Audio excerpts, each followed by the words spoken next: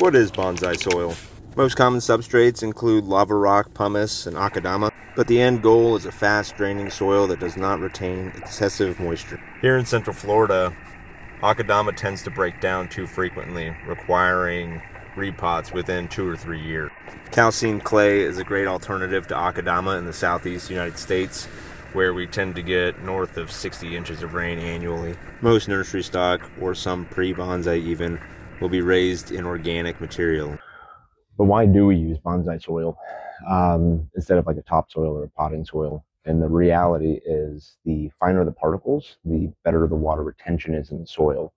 So when we talk about a containerized environment, the effects that gravity has on water inside that container is directly correlated between the cohesion of the soil particles and the effects of gravity as far as how far it can pull it into that container.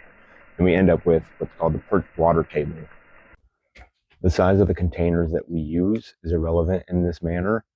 It is more particular to the size of the granules that we are utilizing. So the smaller and finer the particles, the better the water retention, the larger, the better the airflow. I'm sure I'll get a lot of corrections from people living in other parts of the country and around the world.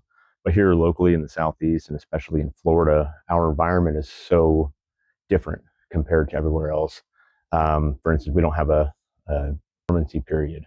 So our trees either are all subtropicals, tropical species. Some of the city has a lot of pines. But the way that we have to manage our watering, our fertilizing is a little different than the rest of the country. And to that, I just want to provide some information or try to help those who might have questions or who live down in the South who just aren't seeing that kind of content. If you have any questions, feel free to ask.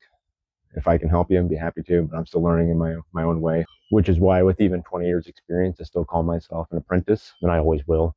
I haven't had tutelage under a master for 20 years to perform these tasks. I've just been a hobbyist. I enjoy it. I love it. It's a great hobby, and I'm an enthusiast about it. I hope you guys have a wonderful weekend.